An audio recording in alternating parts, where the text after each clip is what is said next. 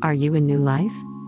You'd have to change your personality, which means you'd have to start thinking about what you've been thinking about and change it. You'd have to become aware of your unconscious habits and behaviors and even what you say and modify them, and then you'd have to look at those emotions that keep you anchored to the past and decide if those emotions belong in your future. Most people try to create a new personal reality as the same personality, and it doesn't work. We literally have to become someone else. In other words, thoughts are the language of the brain and feelings are the language of the body, and how you think and how you feel creates a state of being. Most people have experiences in their life that brand them emotionally. They feel fear, they feel anger, they feel bitterness, they feel frustration, they feel insecurity, and those emotions then become part of their identity. Once they think of certain thoughts that turn on certain circuits in their brain that are equal to their insecurities, and then they feel insecure the moment they feel insecure. They think more insecure thoughts, which makes more chemicals for them to feel insecure, and the repetition of that cycle over time conditions the body to subconsciously become the mind of insecurity. So then the person says, I am insecure, and whenever you say I am anything, you're commanding your mind and body towards a destiny.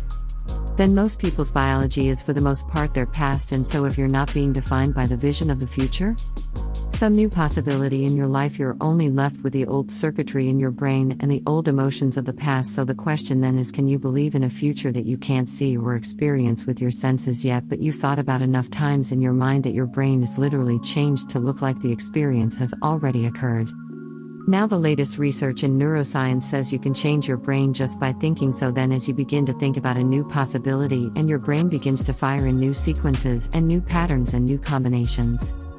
You begin to plan your behaviors, and you begin to review in your mind, mentally rehearse who you're going to be in your life. The mere action of mental rehearsal begins to install the neurological circuits in your brain. Now your brain is no longer a record of the past, now it's in fact a map to the future. If you were then to begin to emotionally embrace your future before it's made manifest. In other words, you're not waiting for your healing to feel wholeness, you're not waiting for your new relationship to feel love.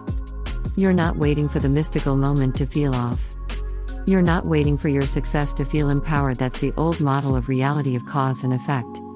In other words, the materialist, the person who's waiting for their wealth to come to feel abundance, they're living by that model of cause and effect. But the quantum model is about causing an effect, which means you begin to experience your own worthiness and your abundance before it occurs. You have to feel wholeness in order for your healing to occur. We have to feel love for ourselves and love for life in order for us to have love in our life. To instruct people how to teach their body emotionally how that future could feel like before it's made manifest. If they do it properly, their body as the unconscious mind begins to believe it's living in that future reality in the present moment, and they're beginning to signal new genes and new ways that begins to change their body to look like the event has already actually happened. So the process of change and the meditative model requires unlearning, and relearning requires breaking the habit of the old self and reinventing a new self. Neuroscience, pruning synaptic connections and sprouting new connections, unfired and unwire and refiring and rewiring unmemorable and condition in the body to a new mind, into a new emotion, no longer signaling the same genes in the same way, but signaling new genes and new ways, beginning to pull your energy out of the past and beginning to invest your energy into the future. Combining the clear intention of their future with that elevated emotion, they're literally changing their energy, they're changing their brain chemistry, they're changing the way their brain works, they're changing their genetic expression, they're changing their chemistry, they're literally becoming somebody else over and over again. When you do this, it may take them months to turn their disease around, but over and over again we've seen them come back to a certain level of awareness, and the disease is no longer there, and it's almost like the disease existed in the old personality.